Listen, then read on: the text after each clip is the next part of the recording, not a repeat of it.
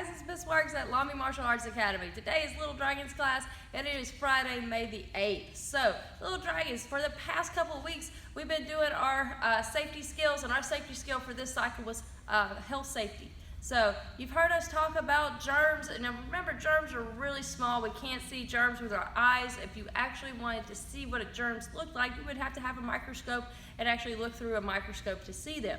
Now, we've done some cool experiments. We've talked about how important it is to wash your hands with soap and water to keep from spreading germs around. And we've talked about also making sure that when we sneeze, we are actually using tissues and keep from the spread of germs. Or there, you're actually washing those hands after you sneeze. So, for today, we're talking about something a little different. We're talking about this. Get a good look, guys. What is that? Some of you guys might know what this is, and some of you might be looking at, what is this monster right here? Is that a termite? It's not a termite, sir.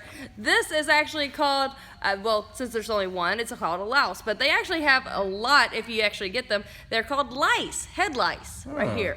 So, but that's a pretty scary looking picture, guys, I will admit. Now, if anybody doesn't know, where lice go on your body, you can actually have body lice that can live on your skin, but most of the time they get up here in your head.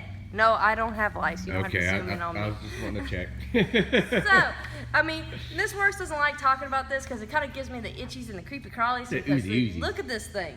This thing is nasty looking. This thing looks like it should be chewing on some wood, like Mr. Moncada said. It looks like a termite. So we're going to put his picture down here.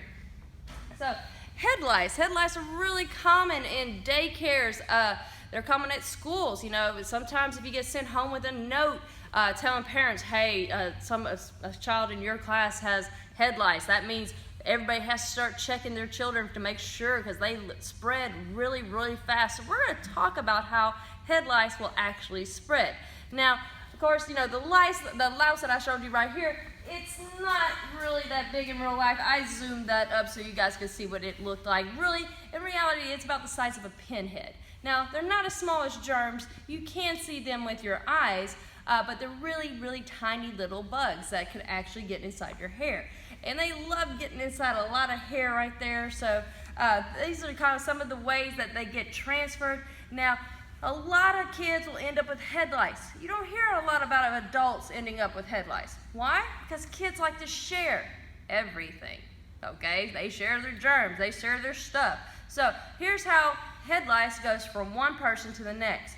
If you like to wear hats or bandanas or anything in your hair, little hair bows, they can get spread if you borrow somebody's hat. If somebody has head lice, and they say, here, use my hat, and you slap it on your head, well, guess what? If they had it, now you've got it. That happened to my oldest brother, now that I remember that when I was a kid. Yep, it's really, really easy, guys. You don't even think about it. So we don't like sharing hats. Girls, Miss Works wears them all the time. I cannot stand to have hair on my face, so I use hair bands. I use clips. Some of you guys use pretty bows. If you share hair bands, bows, hair accessories, you could end up with it, okay? Only use your stuff. Don't use your friends. Just say thank you, but no thank you. Another thing, hairbrushes, combs, you know, anything you run through your hair. Guys, if you run a brush through somebody's head and they have lice, they're going to end up in here, and then you put it on your head, they end up in your head. So again, just tell your friends, thank you, but no, I've got my own, okay? And that's the polite way of saying no, okay? Because usually friends, they're not trying to do stuff that, you know, like that to give you something. They're just trying to be nice, and they want to be friends with you and be nice to you. So again, guys, we don't share things like this because of head lice. So it's just a good thing just to tell them no, but thank you, but no. So we don't want to share things like that. Some other things. Some of you guys might be old enough to go over to slumber parties. Some things to think about. You want to bring your own pillow, okay? Make sure you're not sharing a pillow. You want to bring your own blanket. Don't share blankets. Don't throw blankets over your head. Now, what do you do if you actually come home and you have this? What if you end up having head lice? Well, the treatment's really simple. It's a special shampoo that you have to use that actually kill the lice. So your mom will know where to get that. They'll shampoo your head, they spray it all out, and then they have to use a special kind of comb to comb your hair out and get it all out. So it's no big deal if you get it, but we just don't want to deal with it. It's a big hassle. So just guys, when you're at school or you're at a friend's house and they ask, hey, you want to share my hat or you want to share this comb, just say thank you, but no thank you, okay? I've got my own. That was today's lessons, guys.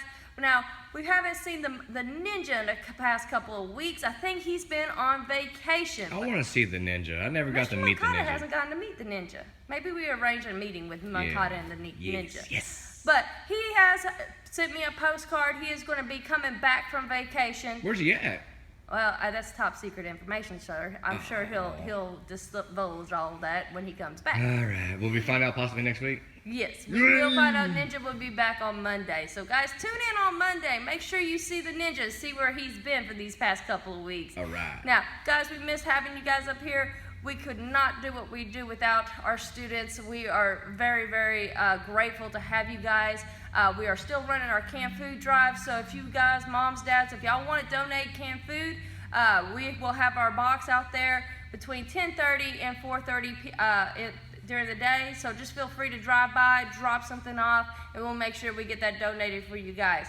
Guys, reopening day is going to be May 18th. Yay! May 18th, guys. Now, it's going to be a special rollout schedule. It's not normal classes, but we will be contacting everybody and letting them know how they can start coming back in small groups to class.